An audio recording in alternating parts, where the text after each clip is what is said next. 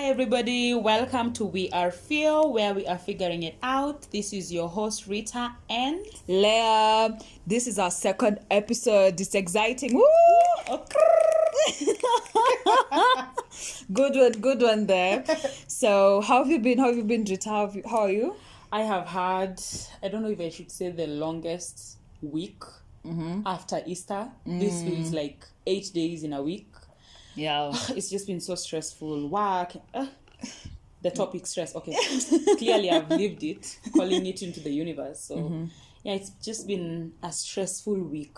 I can't even sugarcoat it. I think it's just how Tuesday really felt like Monday. Like it really felt like a Monday. Yeah. For me it has been, I think it has been a little of everything, because I also have I feel like I also have quite a lot on my plate. So kind of just balancing work and everything else, work, podcasts. Then my two side things. It has been quite intense, but but it hasn't been like that stressful. No. Though going to the gym in the morning has been a struggle, man. Oh this my rain, God. I wake up in the morning, I'm just like, God, it starts raining now. It should start raining. Yeah, so that has been a bummer, but the good thing is that you have showed up and we have done it. Yeah, so congratulations for showing up. I'm so proud. Yeah, so what is the topic for today? Our topic for today is stress. So dealing with stress, how you express? I don't even think that's a word for stress. What are your triggers? And then how do you deal with stress in different, like, job, your relationships, all those kinds of setups. So yeah, I think I'll have a lot to say. Yeah, stress is something natural and it's very normal to be stressed, but also I think what is important here is how we get to manage that stress, right? Because every day we meet challenges, every day sometimes we are in uncomfortable situations or an uncomfortable, awkward moment. And that can cause stress and can be a stress trigger. So for us, we are not dealing with chronic stress that needs like a psychologist to kind of know, because we are not psychologists. So and as we said, we're just here to share our stories, just share what you have learned, share what you have experienced and how we usually handle it. So we're just here to like give tips and just share a bit about stress. And also April is Stress Awareness Month. Yeah. So that's the other reason why we decided to do it. So let's jump into it. Cool. So the first thing we're going to talk about is where are my notes? What is stress? Yeah. Like, how do you define stress? So for me, I think I define stress as a moment where you feel out of balance. Yeah. So you're feeling like when you don't know what exactly you need to be doing, you're feeling as if things are just all over the place, so I think it's just feeling like you're out of balance and a bit of tension, and a bit of worry. So that's what I'll define stress as. Okay. I also I align with what you're saying, and I think stress can also be feeling like your peace is disturbed. Yeah. So you're not at peace. It's like your peace is threatened, and you feel very troubled or very like out of sorts, which I think relates to what you were saying. Okay, now that we have drummed that down, let's get into what are some of the causes for of stress for you specifically. Like, what, top of your head, what is the one thing when you think about it, you're like, oh my God, I cannot. Well, I think family issues and family. I know, right? To be honest, like that's, I feel like sometimes I can just see someone call me and I'm just like, breathe, Leah, you got this, you can do it. Yeah, so like, just listen, don't even talk. Yeah, so to be very honest, like that's one of my big like high triggers of stress, and it so immediate. Like, I'd see a phone call. And the first thing is, my God, I think you're civil. Yeah. And then I think that, and also work, because work, sometimes it can be intense. And I think work also usually mostly takes us to an uncomfortable place. So sometimes you always find yourself you're stressed at some point. So it's either you need to learn dealing with people, then you have a task that maybe you don't really understand, or you do something, then everyone is on your case. So work really puts us in a dynamic where you fail. You are not the best every time. You have to deal with people's different personalities, so whether they like you or you don't, or you don't like how they react or something, you need to deal with it. So I think that dynamic situation is a place that can really be stressful. Where else do I feel stressful? I think mainly those two for me as of now. I don't have such a big social life, so Wow. Okay. yeah, but also in friendships, because sometimes it's hard to kind of communicate things, like setting boundaries, or when you're in a tough with your friend, and you're not agreeing on things, or like us here, we can maybe not be seeing eye to things, and that can be a stressful situation, where you're like, okay, should I, and everyone is just talking on eggshells. So I think that's another situation that I would say might be stressful. What about you? The first one is also family, but only at like specific times. Because from the way I've grown up, I know like it's a bit traumatic, because I know when there is a fight, phone calls late at night. Oh yeah, same. I cannot deal. Sometimes I can see my phone ring and I won't pick it up because my stress levels just go. And like, it's so immediate. Spike. It's like you just turn and say, your heart starts pumping so quickly. Like I look at my phone and I'm like, something bad might have actually happened. Yeah, true. But because I already have history of what what might be. Yeah, I'm just like, you know what? No, I can't. So that is like my number one. If I see my mom call me at 2 a.m. in the night, trust me, I'm not picking that call, because it's too much anxiety, too much stress. Yeah. And then the other thing I would say causes me a bit of stress is maybe even my relationship sometimes causes me stress. Yeah. Because you don't know, like relationships are new. The other person is new. How they behave is new for you. It's not the same. Yeah. So sometimes when a new situation comes up and I don't know how to navigate, I have like it gives me so much stress. It's a lot of stress. And then work, like that cannot miss on the list. Like just I guess relationship management at work for me sometimes can be stressful, because everybody has a very strong opinion, and where I work, everybody's like, we value everybody's voice, but people have very strong opinions. So sometimes it's difficult to like put your foot down on something. So that for me is also a stress point. I think those are my stress points. I think for me also, if I may add, I think it's just like future. And like what the future holds, and whether sometimes like whether if I'm in a situation whether I'll be able to like achieve what I am needed to achieve, and able to like learn and grow into it. I just recently started a new position, and was that stressful? At first it was very, I was shaking on my first day. I was very anxious all the time. I think I even shared this. Like it was such an, like I was just feeling so anxious because I don't know what to expect. And for me, it wasn't just like moving into a new job. It was moving into a new job and a whole new industry that I've never interacted with before. So it is pretty new. It is like, I just feel like I don't know. Like I don't know anything. I don't even understand why I was selected.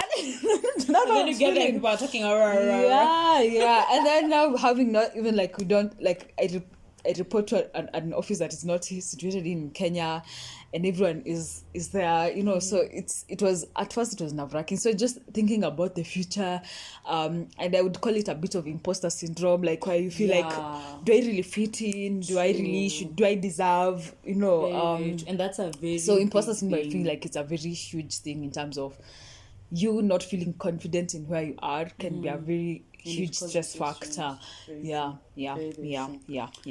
Okay, that is really good But unpacking. if I may say, stress can be positive, right? Stress Yeah. is what actually makes us get out of our comfort zone, Very right? true. So when you feel like a situation is stressing you, it calls for you to think outside the box. It calls you to take a risk. It calls you to open up to the situation and kind of have different perspectives. Like when you're in a tough with someone, it calls you to sit down and evaluate the situation and agree whether you actually did wrong or actually the other person did wrong.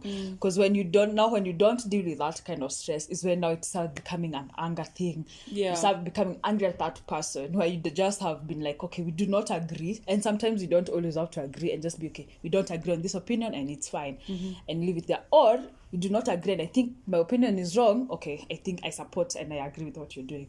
So stress really helps us get out of our comfort zone. So we should not actually, and it's so normal that there's no medication you can take to not be stressed in any situation. But I think the whole thing is just about how to work and deal with stress. Yeah. Very, very true. Yeah. And yeah. I totally agree with it having a positive side. Yeah. Because I think it creates stress helps you create resilience. Yeah. I'm saying this from a point of when I started work, like where I'm currently working, I was so stressed. Like there's a meeting I attended, my first meetings, and you could hear I'm shaking when I'm talking, because I was like, oh my god, what do I say? What if I say something wrong? And you're working remotely, so you never, like, you don't have constant guidance. Yeah. So after that, then you start working on public speaking, like because of the stress you went through and you don't want to go through the same thing again. Yeah, you don't feel the same thing. Like, why would I put myself in the same situation, go through the same anxiety? It doesn't make sense. Yeah. So stress helps you create that kind of resilience, because it shows you the areas that maybe you need to work on and kind of quote unquote fix. And then after that, now you're able to navigate the same situation, but with less stress levels. Yeah. Because you've already learned and gained resilience. Yeah. I think also when you started going to the gym, initially I never thought that I would make it this far. I know, since January. Going to the gym, and since January, Yeah. like the first week of January. And for me, I'd always tell myself, like, I don't want it to be like a weight thing. I want it to be a resilience thing. Yeah. So even when I don't feel like I need to go, like this week, when I've been praying for the rain, and God knew that I had made a promise earlier, I now, he's like, girl, remember then. So, like, it has really helped me, like, become very resilient. Or even when, like, you go to the gym and then your trainer does some things that he tells you, do that. And you're like, my body, do that. Jump like that. For who? And then you jump or you do that thing, and then you're like, oh, wow, my body can actually do it. So you're just like, oh, okay, Kumbe can actually do this. Easier every and time. become easier every time. And at first you'll feel like it's a lot of pressure, and then your body also can, like, starting to adapt to the whole working out thing, and it never stops adapting, by the way. And so you need to kind of still push on, and you feel a bit stressed, you feel a bit of tension in your body, but stress really gives you that resilience of just keep on going. And then when you do it, you're just like, Kumbe can do this, and now that gives you even more courage to go for something bigger. Yeah. Cool. So how do you know you are stressed? Like, what are, like, when you feel something, it's not like when you see a phone call you just get stressed. Like, what in your body makes you identify that you're actually stressed? First, my heart rate. I can feel my heart pounding. Like, for those calls, my heart is usually outside the chest. It's usually just out, like, it just isn't just decides to your heart in a token then imagine. So that's exactly my experience. At first, the other thing is when I'm feeling very emotional, So I know I'm quite stressed. I feel like I need to cry, or I need to. That's the other way that I realized that, hey, this thing is actually taking a toll on me. And if I actually, when you notice I'm constantly talking about something, you know that something is stressing me. That's another way. I think you can attest to that. Yeah. So when something's stressing me, like I'll talk about it so many times.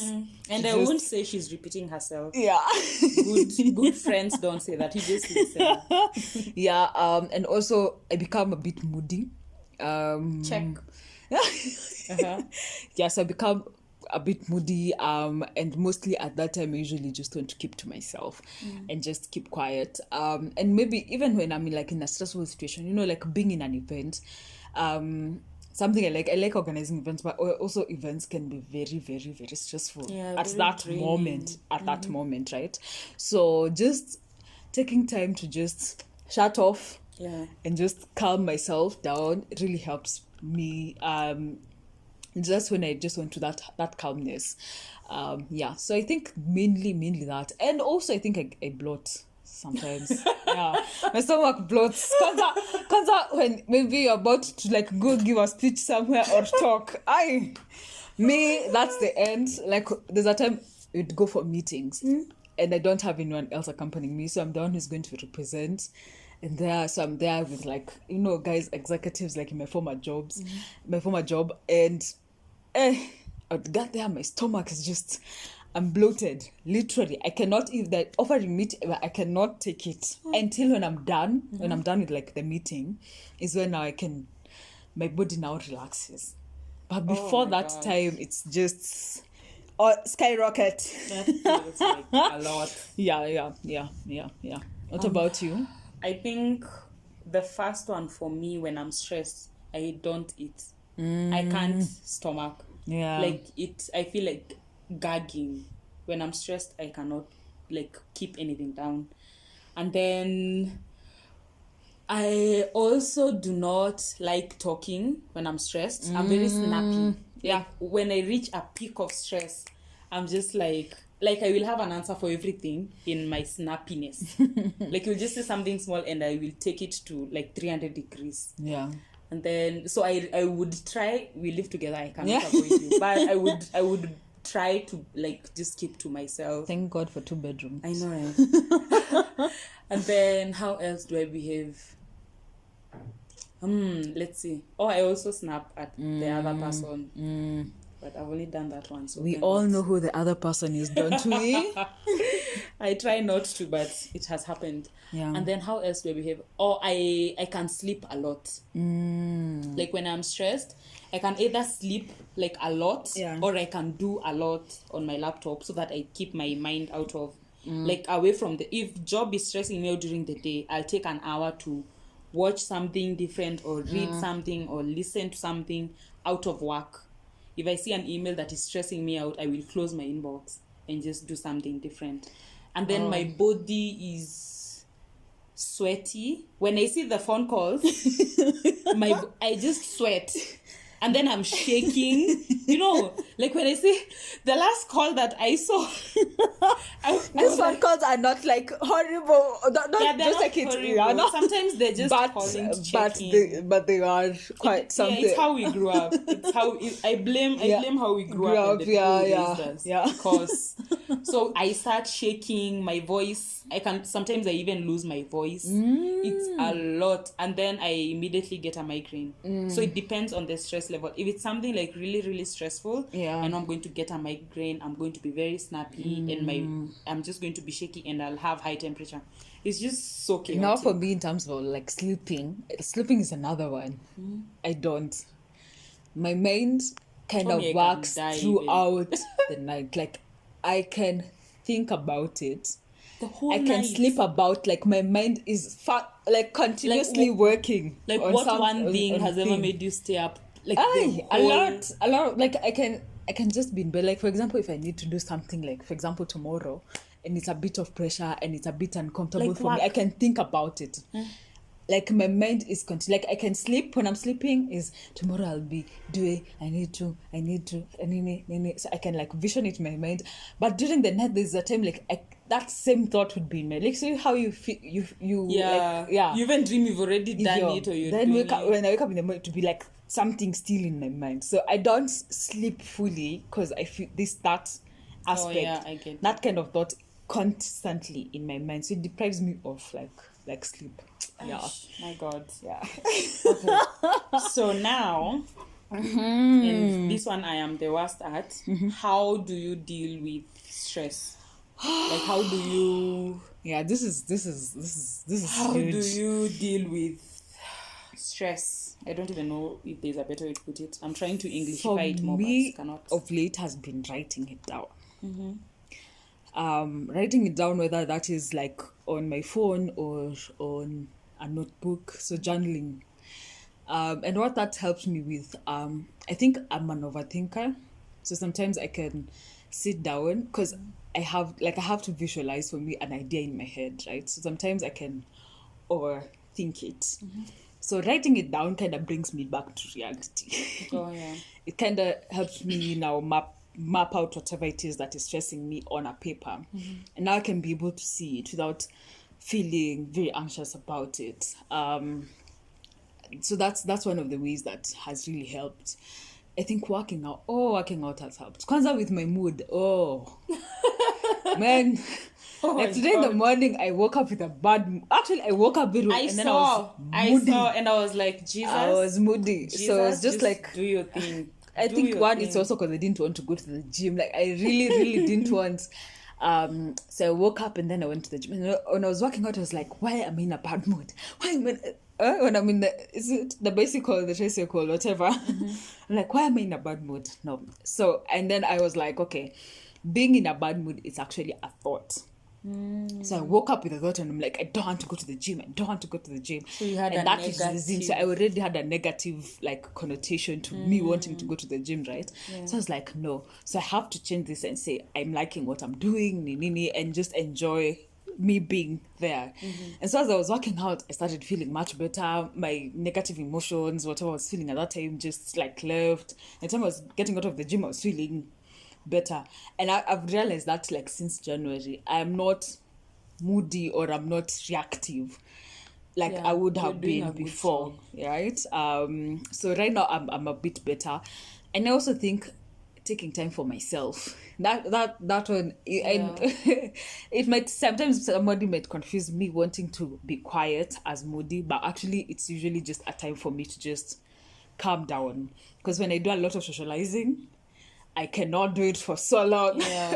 Sometimes I just need to come back and just reconnect with myself to, I think, just to figure out what is going on, what is in my mind, and what's happening. Just, I think, just to bring myself back to being.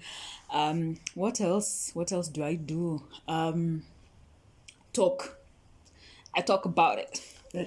Talk a million times about it. And I think when I talk about it, it gets off. And then when I'm talking about it, now I'm also reflecting about it like in my mind. So it could be like, oh yeah, maybe I should do this differently. Or, oh, maybe I should do this. And when you talk to different people, you get also different perspectives. True. And in terms of like work, or you're dealing with something like work related and you don't know how to go about it, talking to people about it, maybe not like, oh, I'm so stressed, and so just be like, oh yeah, this something that I was trying to do, and what do you think? And that can really help open your mind to how best you can approach it. So talking has really helped, and kind of also opened my mind to some of the stress factors that I've been having. And I think also not caring so much about what people say. That is top of my list. I'm just like, you know what? I thank God for giving me where I'm able to kind of close off noise. And I've done this really well since I was like young, knowing what to take in and not what to take in. I remember when I was sharing with you in high school, I used to be a prefect, and I don't know if I should be sharing this, but like people would stand and talk, but then when people talk, because they weren't like addressing me, watu wengine huku, and I knew they were referring to me, but I never used to address it. But I would go to people that I thought would actually give me good counsel and ask them, from all that was said, what do you think I need to work on?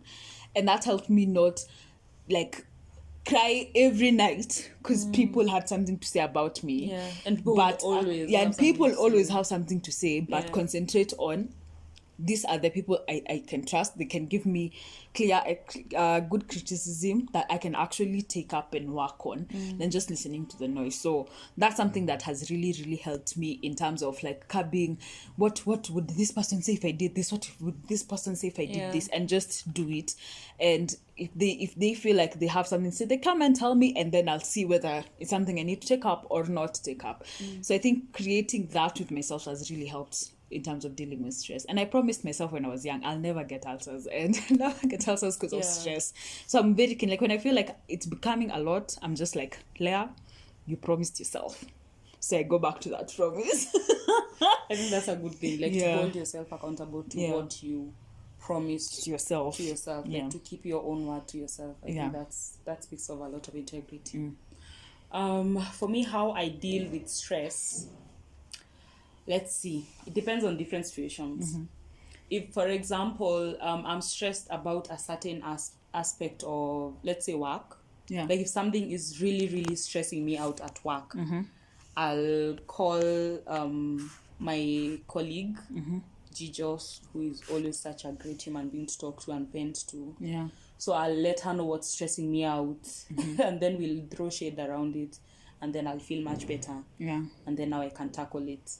If that doesn't like put me down, I turn off my laptop. I can actually turn off my laptop for like 15 minutes. I'm in my bedroom, but I'm not working. I'm just like, I'm doing nothing. I'm not on my phone. I'm not on my laptop. I'm just there in my head. Please note we work from home. That's why there's the bedroom. We work from home. So I take time away from my phone, my laptop. Like I'm doing nothing. So my head, I try to keep blank, like a blank space in my head so that I don't do anything. And I feel that pulls me back. Because then I'm like, okay, now I need to come back to what was stressing me and then now list maybe how I can tackle it because that's job. When I'm stressed about maybe us, if there's a situation about us, I usually, first of all, I space out. There's when I'm spacing out, I don't even see clearly. I find that my vision even gets blurry. So when I know it's stress about us, I start thinking, is it a problem of me or is it a problem of you? Like, is it something I have done or something you have done that's making this situation awkward? So I try to break it down, and I always struggle with, I don't want to put myself in a situation of trying to rectify something if it's not my mistake. So I'd let the other person own up. But if it's my mistake, then I have to talk back. Like try to talk myself into coming to terms with the fact that I did something wrong. So it's not easy. It's never the easiest thing, but it's the most rewarding because it's you admitting your mistake, telling the other person and they're receptive. You feel better about yourself. Like it's not because you've done it for them to feel better. It's because you've done it for your own peace of mind. So I feel that helps me deal with stress at that point. And also if it's stress about another person, the other person, I like to vent. I can vent it out. I can talk. I can put a lot of sarcasm. But it's my way of removing it from my system. I know sometimes it can come out negatively, but it's my way of removing it from my system. And then also, the one thing I've been really, really trying and being consistent about, because I grew up being compared when I was young. I don't know if you've ever had that talk, but that's a talk for another day. Thank God after this. Please. So, growing up, there was a comparison factor that I grew up with that was constantly said to me, and it made me feel very uncomfortable. So, when I'm having stress around what I am doing or just generally stress about anything, I go back to that and now start to like in my head I'm like, this has to be you doing something because it's you who wants it, not because you want to please anybody. So I'm really intentional about dealing with in terms of that kind of stress point, reminding myself it doesn't matter what anybody thinks. Yeah. It doesn't matter how they want me to deal with something or how they want me to live my life. So now I'm consciously aware of, if I want to deal with this, I need to make sure I'm putting myself first as a way of dealing with that stress. So I always go back to my head and I'm like, Rita, are you doing this to people, please? Or are you doing this because this is authentically who you are and what you want to do? So that's constant a conversation in my head when I feel a stress point in regards to that situation of comparison. So if there's a comparison at work, I'm like, Rita, are you reacting out of you know? So you're holding yourself accountable in terms of how I'm you're so feeling proud of about myself, the because situation. now I know, like, I feel it in my system, and I'm like something just comes in and I'm like, Rita, are you doing this because you want to please your boss, or is it because this is actually something that should be done? So it's very nice to, when you're dealing with stress, being aware of like stops, being aware of a place Your where you triggers. so if there's a trigger, you know how to stop and just be like, even if it's stressing you out, you're able to do or deal with it from a point of something that is of value to you, that shows you're conscious and you're caring for other people, and not dealing with stress just from a selfish point of view. But I think I agree. Like, also for me, it's just that I've never thought about it, but I think it was also a trigger. Like, also when I was young, there's also that comparison. Not actually a comparison, it was I could be good at everything else, but the fact that I'm not good at this small part, that I'm not good enough, you know. And that, I think, also made me want to be good at something. Like, if I want to work on something, I'll take classes. I read a lot. I take a lot of studies. And for me, sometimes, not actually sometimes, nowadays I just take it because I love like learning things. I love knowing things. When I come across a task, I'll do it. But I actually agree that sometimes the situation you'll be in, and it's because of your triggers, or the kind of thoughts you have about yourself, and also how you communicate to yourself, can make that situation stressful.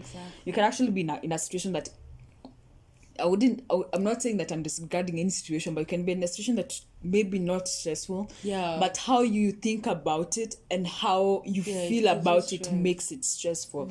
So sometimes, actually, a lot of stress comes from our thoughts, comes from the way we think about a situation, comes about how we're feeling about that situation. That's what makes us feel stressed, or the kind of tension you feel when you're stressed. So I think it's very important to realize that, and when you're able to also be conscious, like, be in the moment, because a lot of stress also happens subconsciously, like, happens in the subconscious mind. I can even ask you, why are you stressed? Why are you stressed? Like, I'm not even sure why. You're not even sure why, and you're not also able to hold yourself, not to react, but respond or manage that stress that you're experiencing. You'll just like start pouring it out to other people.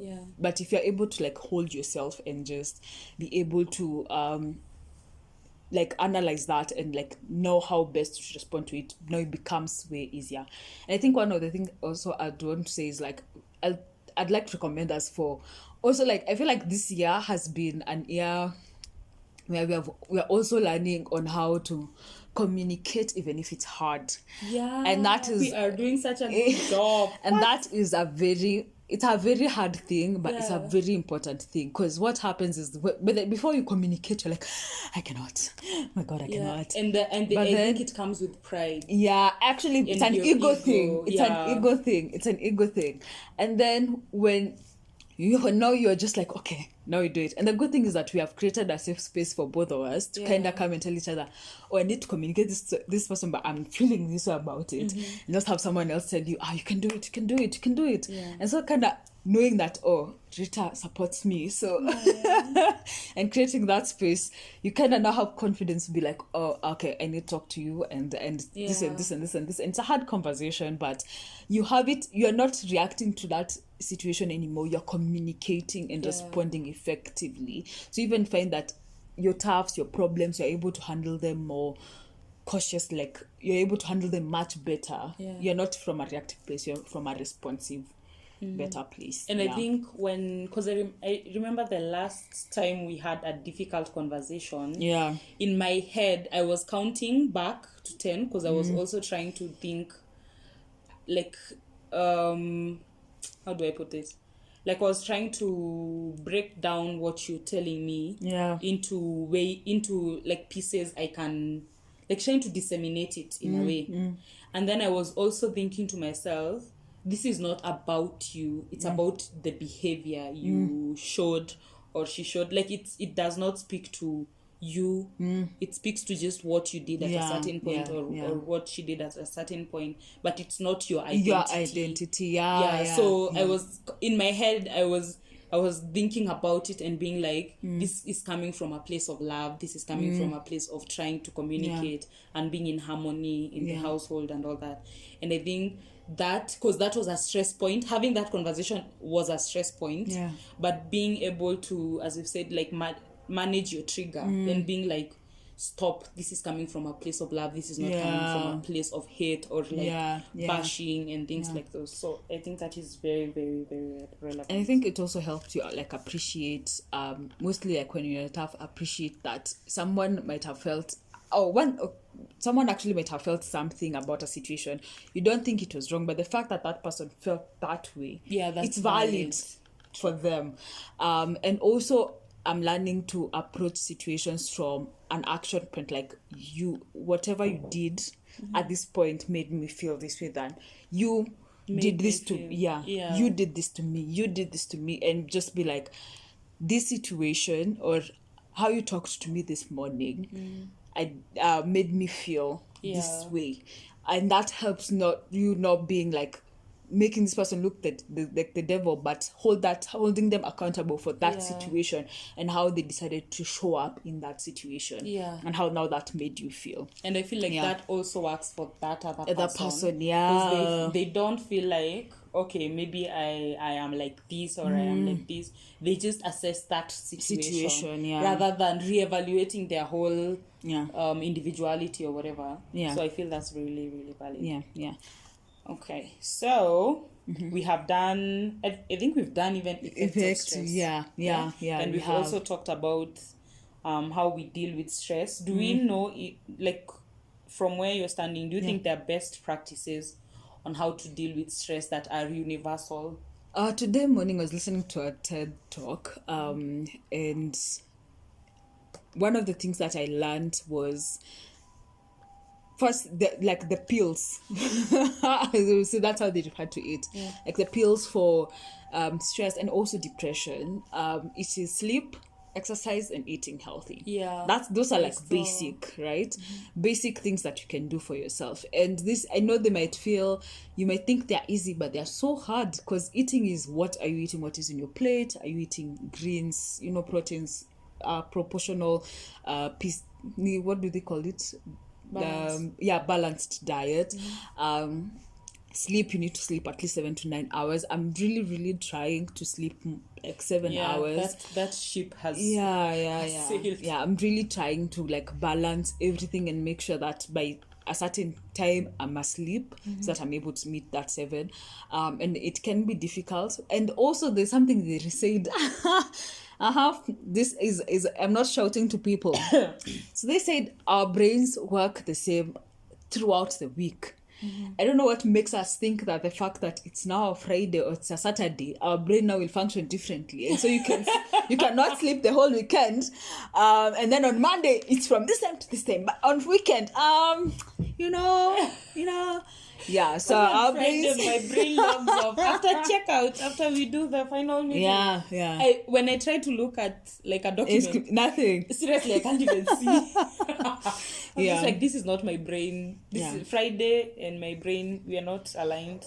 And also something else, a podcast I was listening to for Super Soul by Oprah, one of the latest episodes in Losing Focus, and this podcast focuses on how being in this digital age has really reduced our focus on things. We are used to scrolling and so even right now, before you go to sleep, the first thing you check is your phone. The first thing you wake up in the morning and check is your phone, and that really distorts your brain, right? And also they mentioned something like, when you check your phone before you sleep, and then now you like switch off the lights, so you take a longer time to sleep. Why? Because your brain is still processing what you saw, what you have been doing. So that is one of the reasons why also people are sleeping less, because their brains are also quite active because of phone usage. So if it's okay to, I'm trying this, but it's so hard because I have like classes in the evening, and so by the time I'm sleeping, the time I'm leaving my like laptop, it's a long period. But if you can remove such distraction from your space, like for me, when I sleep nowadays, even if you text me or call me past a certain time, I won't pick up and I won't text back. Where? And that is something that I've really made intentional, because those are some of the things that really deprive us of our, and then we are also living in the vibration mode, so every time something your body is just reacting, right? So I think that is really important to keep in mind. Yes. What about you? Is there anything you would want to add to that? Universally, like for like something that would just work for everybody. I feel like taking time out from a stressful situation. If you can, take a few minutes to yourself. It can be even 5 minutes. It doesn't have to be long. Just to go back into yourself. Just take space, create some space, and just put yourself in a situation where you don't have to deal with it at that time. Then you can assess it, or like what is it called? What? Meditate. Like you can just think through it later. So keep space, turn it off if it's your laptop off, phone off, just for a few minutes, so that you can feel centered again. Because like we said earlier, stress makes you feel like you're not centered, you're not grounded, you're just scattered. So if you can find a way to come back into yourself, I think that's cool. And then I think something like yoga and meditation would work for stress. And meditation for me has really worked also very well. I think it would be, and really, breathing exercises. Breathing exercises works. Really helpful. What breathwork does is that when you're breathing in, it kind of feels like you're aligning your body from your stomach up to your nose and down again. Like that's how it makes you feel, and so that it really helps to make you feel like all these other people, all these other use on the side just come together to align to your track here in a way. That's how it makes me feel. And then your mind, really your mind clears. So you're like in your own space. You're not thinking about anything else. So I think it would really help. And I saw this quote by Dr. Donnie Wilson. I posted it on my Insta today. It says, meditation is a love language for the nervous system. So obviously when you're stressed out, your nervous system is just haywire, But if you take time, tone down, meditate, I think it would really, really, really prove to be useful. I think another strong tool, and this is so easy, but it's not easy, it's actually a hard thing, is talk positively to yourself. In whatever situation you find yourself. I know we have set ourselves in a way that we are our biggest critics. You tell yourself things that you cannot even tell someone else. Like you can tell yourself, I'm foolish, I'm stupid. But you can like tell, it's not like every day you tell someone, you're stupid, you're foolish, you cannot.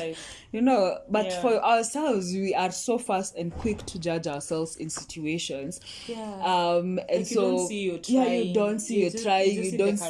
You just see the wrong mistake. Oh, why didn't I put a full stop? How stupid can I be? And such things. And that can really, really mess you up and actually make you feel extra anxious and make you feel like you're not good enough. I think that's also the root to chronic anxiety.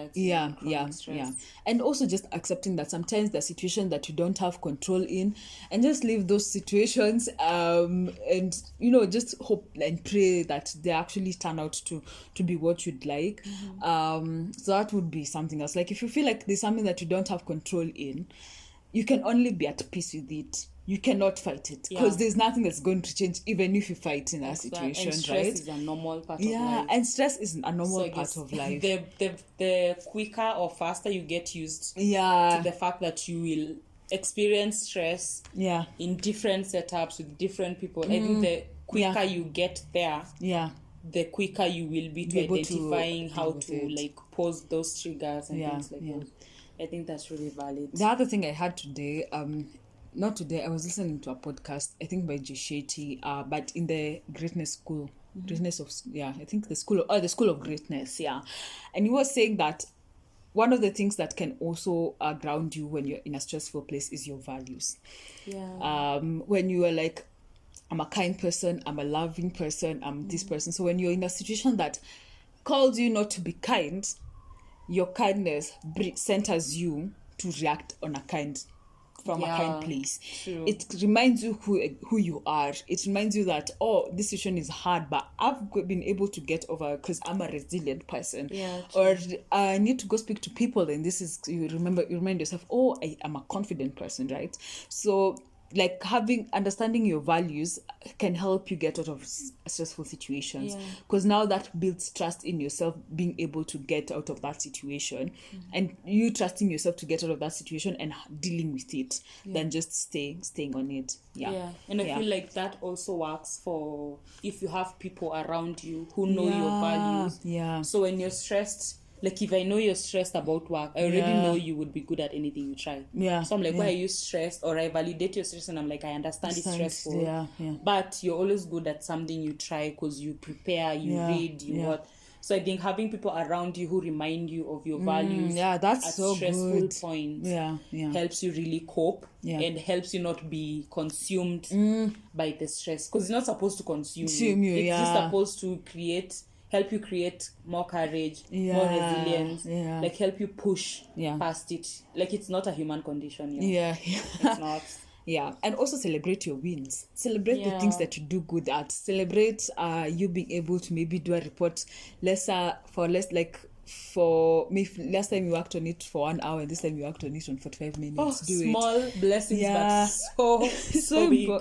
So big. Even like when you work, like when you work out at the gym today, pat yourself in the back and say, today I showed up, and having that really, like, because most times we don't celebrate our wins. We don't celebrate. We just say, I got a promotion. I think that can be a whole that's me. But bad situation. My boss shouted at me today. Tomorrow, my boss shouted at me you're shouted at on Monday, but on Friday you're still talking about it. But you got a promotion today. Tomorrow you're done.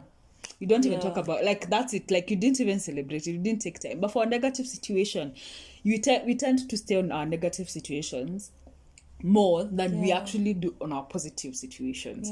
Our positive situation, like, that is done. But in our negative situation, we really, So also being cautious of that can help you, like, celebrating your wins helps you now become more confident in yourself. And when you're in a negative situation, deal with it faster so that you can be able to get yourself there, or get ways or tools to help you cope with it, so that you're able to get yourself from that negative thinking and thought line that can be very toxic long term.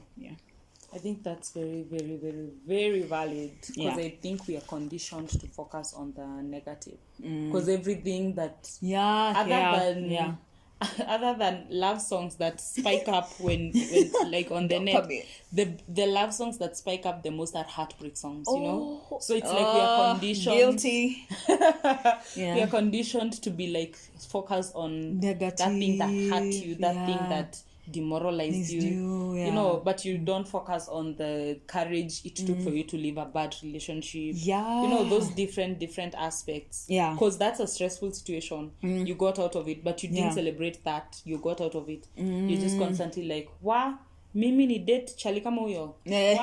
You focus on that rather than what, and even what it cripples your movement going forward. So I think the way we deal with stress can bring a lot of positivity. It doesn't have to be negative. True. I think now we can wrap it up. We can close. That was a long, but I've really enjoyed the conversation. I think it has really made me also very introspective in terms of like how I deal with stress and how I also show up for myself. Identifying those things. Like now when I see, I will be more conscious of, okay, this is a stressful situation and I know how to better do it. This time, rather than just putting I put my and phone we rarely even talk bed. about stress. We're just like, ikazi leo, Yeah. Kwanza me, I don't like We don't even calling things. I don't know why nowadays I'm just like, I don't want to call anything negative into the universe. I'm just like, no. Yeah. Because this week I've been like, oh, I feel so stressed. And I have been so effing stressed. Yeah. The whole effing week. Yeah. I'm just like, no.